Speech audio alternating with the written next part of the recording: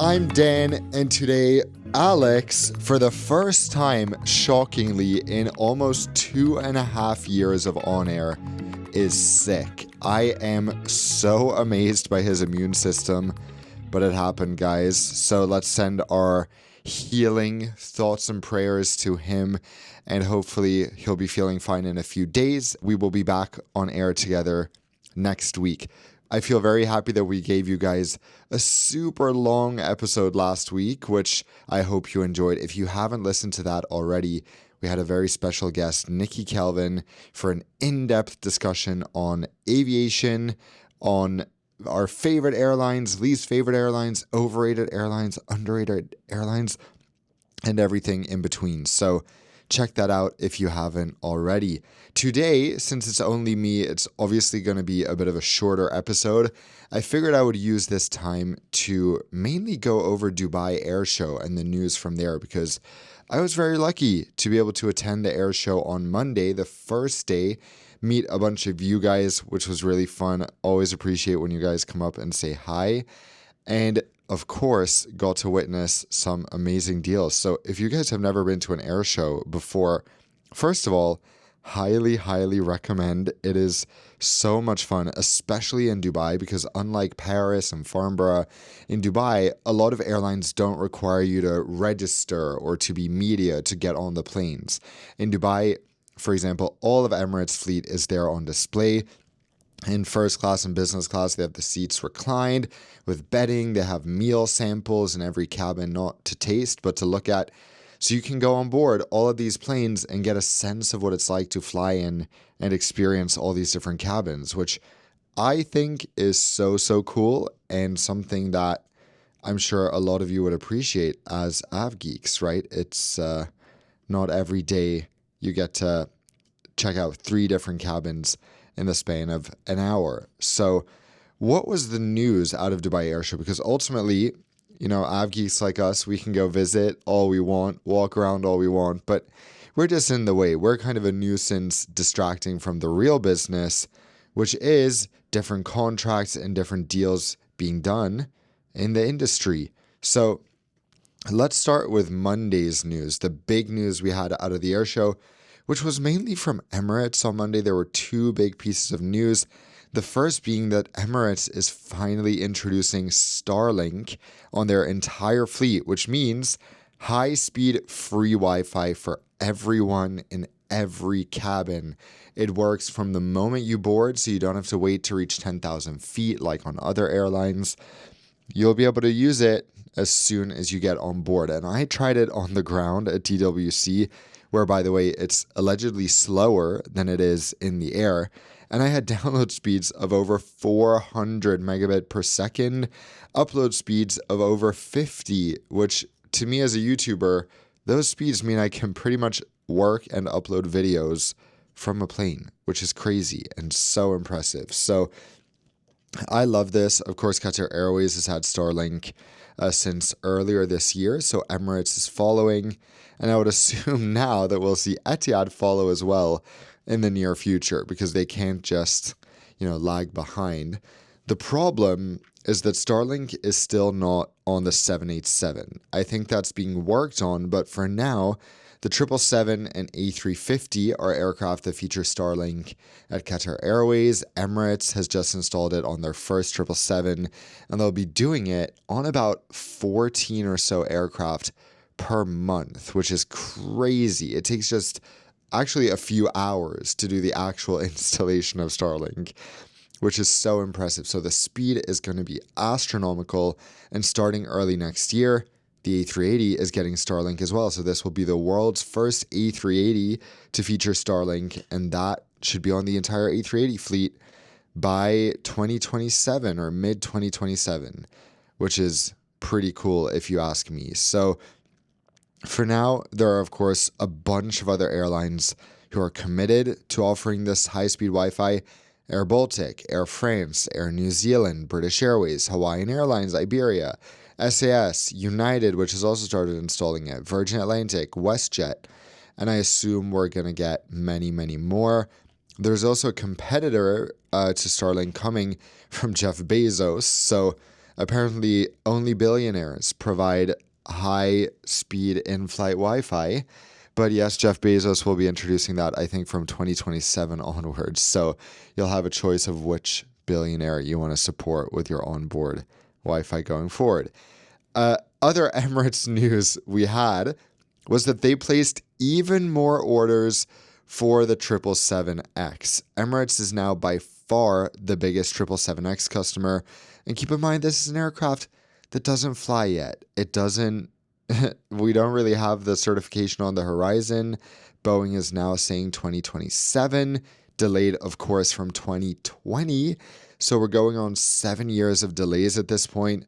And Emirates now has 270 of these aircraft on order, which is an insane number, right? But they're going to plan to house these at DWC, Dubai World Central, which will be by far the world's biggest airport. So these aircraft will hopefully start being delivered in 2027 through 2038 at this point, which is pretty wild. But the thing I find most interesting about this announcement, besides more 777X, which you're like, yeah, is that Emirates announced an order or options to change it to a larger 777-10, which does not exist yet. It has not been designed yet. So this is actually more of a upfront feasibility study investment being made by Emirates. They're going to Boeing and they're saying, guys, we need a bigger plane. Airbus will not give us a bigger plane because we want the A380 Neo. We've been begging them for some version of that, but they won't give it to us. Although I do find it interesting Emirates didn't order the A380 Plus when that was offered, but there you go. So Emirates wants both manufacturers to make a bigger plane, and it seems like part of this order is a motivation to tell Boeing, guys, we might order 65 of the 777-10 if you're able to make that for us. We want you to study if that will be possible. We don't quite know yet what the 777-10 would mean in terms of capacity. Obviously, it would still be nowhere near the A380, but it will be the closest alternative since, of course, the 777-9, the current biggest version of the 777X, is the closest replacement for these four-engine wide bodies, the 747-8 and the A380. So just for context here, this would not be unprecedented for Boeing because they made the 767-400, for example. The 767-400ER was delivered to only 2 airlines, Delta and United, for a total of 38 airframes delivered. So here, with the 777-10, why do I keep saying Airbus? Emirates would basically almost be doubling that commitment that airlines made to the 767-400. So obviously that aircraft was not a huge success for Boeing, neither was the 757-300, but I think that Emirates is saying, look, even if only one airline orders this and it's us, and we only order 65, which for now they're still for the -9, by the way, but they could be changed for the -10, then this could still be a moneymaker for you, or it could still be a break-even project that keeps Emirates loyal to Boeing, which I think is pretty cool. And of course, as much as Alex and I would love to see an A380 Neo, it doesn't seem to be happening anytime soon. And by the way, let me tell you, when I was with Airbus at the Airshow, I was in their chalet telling every person I saw, we need the A380 Neo. We need the A380 Neo. I mean, obviously they're not going to listen to me, because in fact, they want Tim Clark, president of Emirates, to pay for that entire project himself, or the airline to pay for that entire project themselves if they want an A380 Neo, just because Airbus thinks there is such low demand for an A380 replacement from other airlines. And obviously that's going to be a big cost to bear for Emirates, so they're not really interested in doing that for now. But yeah, I tried to tell everyone, come on guys, we want it. And they of course all want it too, but they need to be practical. So another airline, moving on from Emirates, that announced a few orders, Nothing as grandiose or exciting as Emirates, but Etihad, of course, in their neighboring Abu Dhabi, announced a few orders, including one for a new aircraft type. So, first of all, they made an addition to their A350 1000 fleet by ordering a few more airframes of that type, which is exciting. It's a fantastic aircraft, and I'd probably say besides the A380, it is the best aircraft you can fly as a passenger these days, so that's pretty fun. However, they also placed an order for an aircraft type that they have not operated before, the A330 Neo, which is very interesting because this is not an aircraft that has been very popular in the Middle East so far. We've seen orders in the Americas. It's been quite popular in Asia, over in East and Southeast Asia, but Etihad has placed an order for 15 A330-900 Neos, so the larger variant compared to the 800 Neo, which is very unpopular, but it's operated by Kuwait Airways, Uganda Airlines, and Air Greenland. So it does fly in the Middle East, a few of those airframes. Kuwait Airways also has the A330-900, but none of the major airlines in the region have been scheduled to fly the A330 Neo until now. So Etihad placed an order for 15, which seems very small. Presumably over time, they're going to increase that order. This might be a bit of a test to see how they like them or how they perform.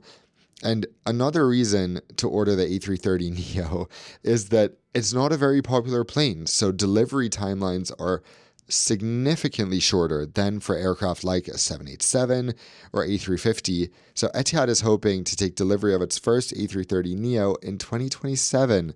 So it could be as little as 13 or 14 months from now.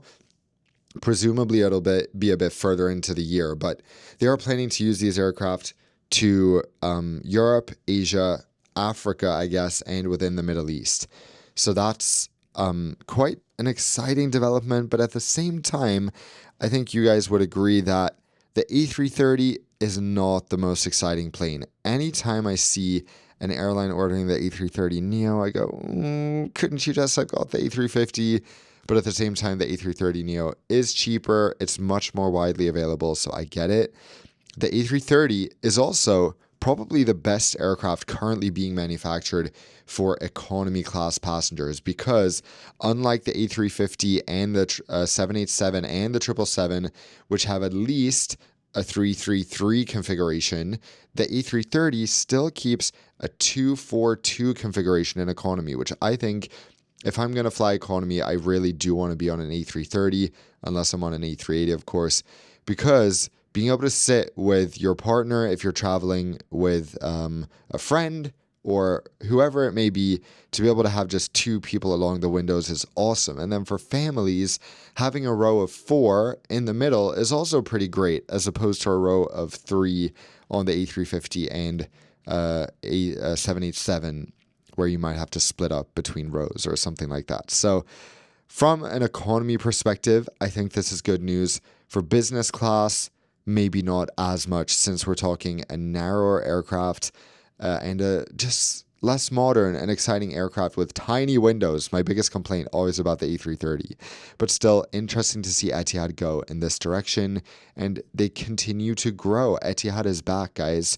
They are on a huge growth trajectory compared to just a few years ago, and they're not playing around. They also have a state-of-the-art hub in Abu Dhabi now, which supports all of this growth.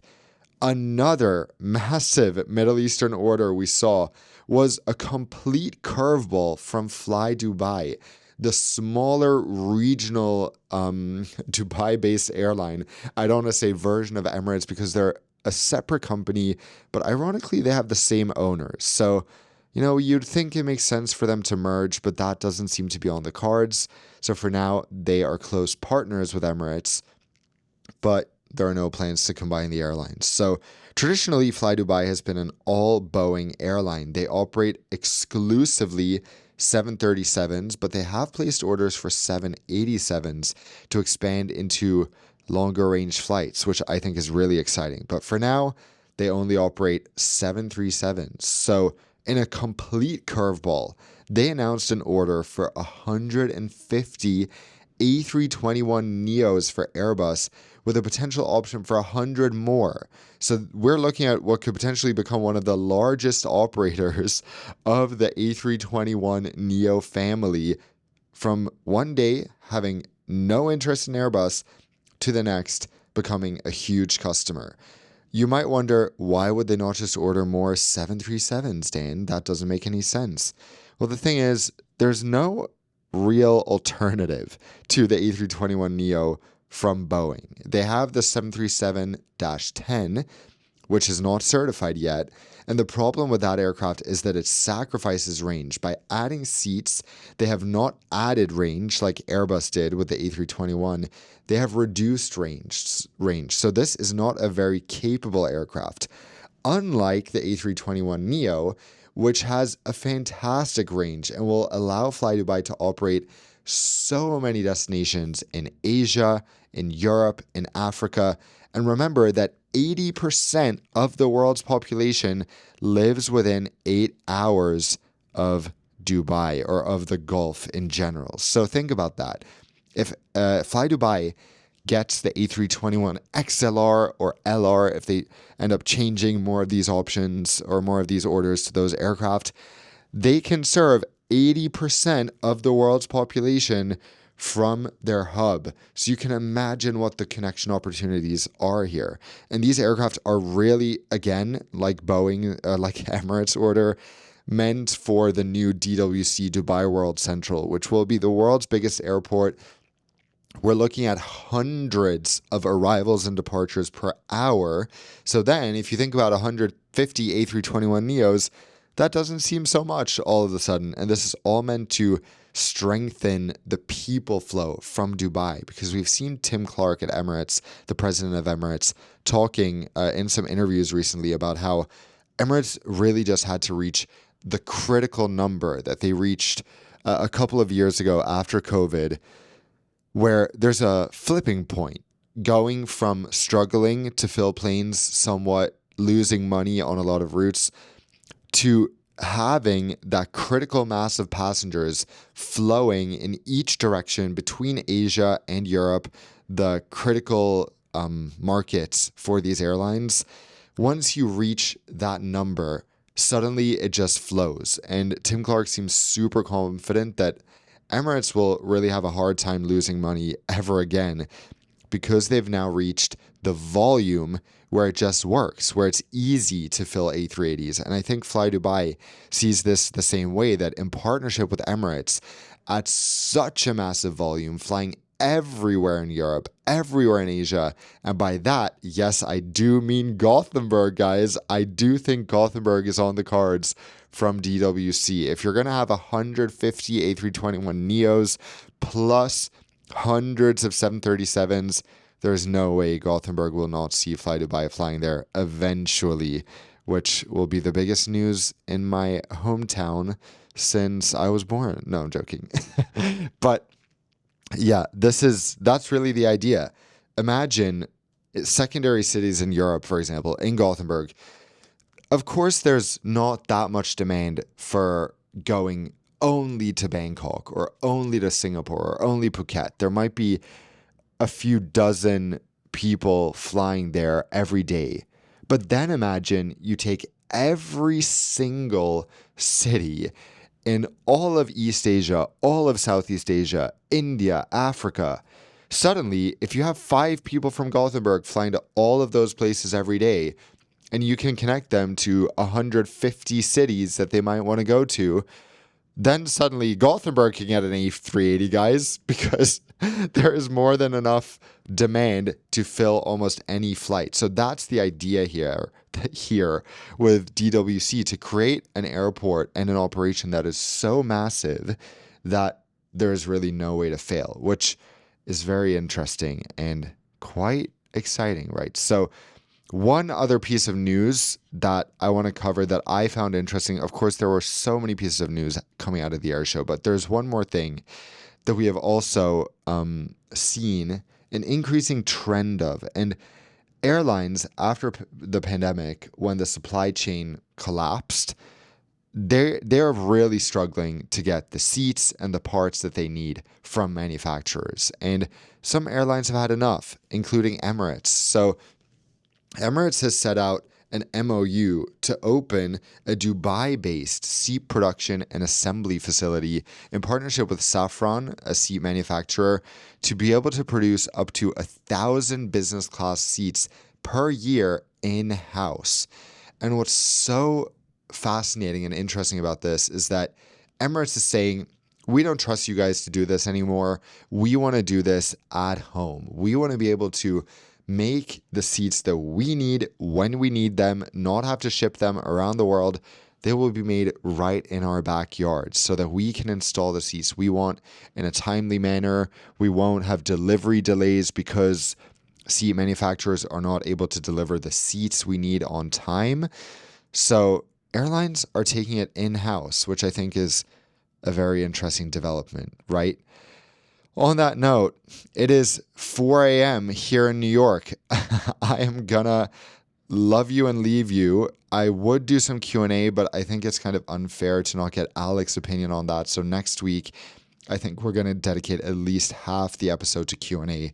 So send your questions to us at On Air with Dan and Alex on Instagram. Or if you're having problems with doing that for whatever reason, send them to either me and Alex. My Instagram is at the Nonstop Dan, and we will check your aviation-related questions there as well. So thank you for joining me today for this mini on-air episode. It's always sad to do these without Alex. It feels soulless, but I still enjoy it. I'm amazed that I can ramble on and on about aviation like this and not having anyone responding to me. But I hope you guys are responding in your head. So anyway, I will see you next week, and Alex will see you next week right here on air. Bye-bye.